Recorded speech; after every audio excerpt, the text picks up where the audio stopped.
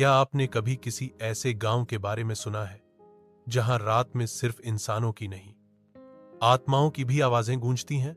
ये कहानी है उत्तर प्रदेश के एक ऐसे गांव की जो नक्शे पर तो है, लेकिन वहां जाने की किसी की हिम्मत नहीं होती।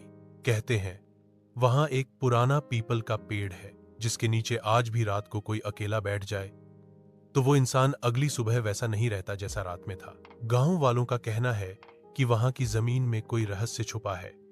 एक पुराना कुआं है जो सालों से सूखा पड़ा है, लेकिन हर अमावस्या की रात उस कुएं से किसी औरत के रोने की आवाज आती है।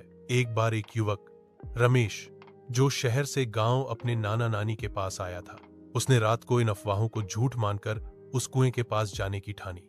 रात के 12 बजे चांदनी में सब कुछ शांत था, पर जैसे ही वो कुएं के पास पहुंचा, एक ठंडी हवा उसके कान के पास से गुजरी और किसी औरत की धीमी सी हंसी सुनाई दी।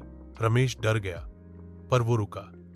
अचानक कुएं के पास मिट्टी हिलने लगी और एक साया धीरे धीरे बाहर आया।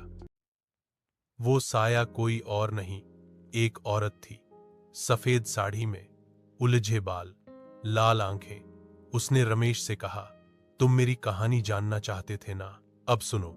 और तभी एक झटका लगा। रमेश जमीन पर गिरा और बेहोश हो गया। अगली सुबह जब गांव वालों ने रमेश को देखा तो वो जिंदा था, लेकिन उसकी आंखें खाली थीं। उसने कुछ नहीं कहा, बस एक कागज पकड़ रखा था।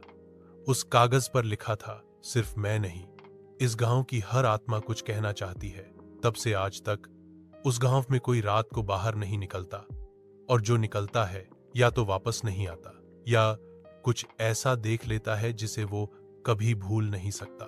कहते हैं वहां की आत्माएं अब भी इंसानों से बात करती हैं, पर क्या आप उनसे बात करने की हिम्मत रखते हैं?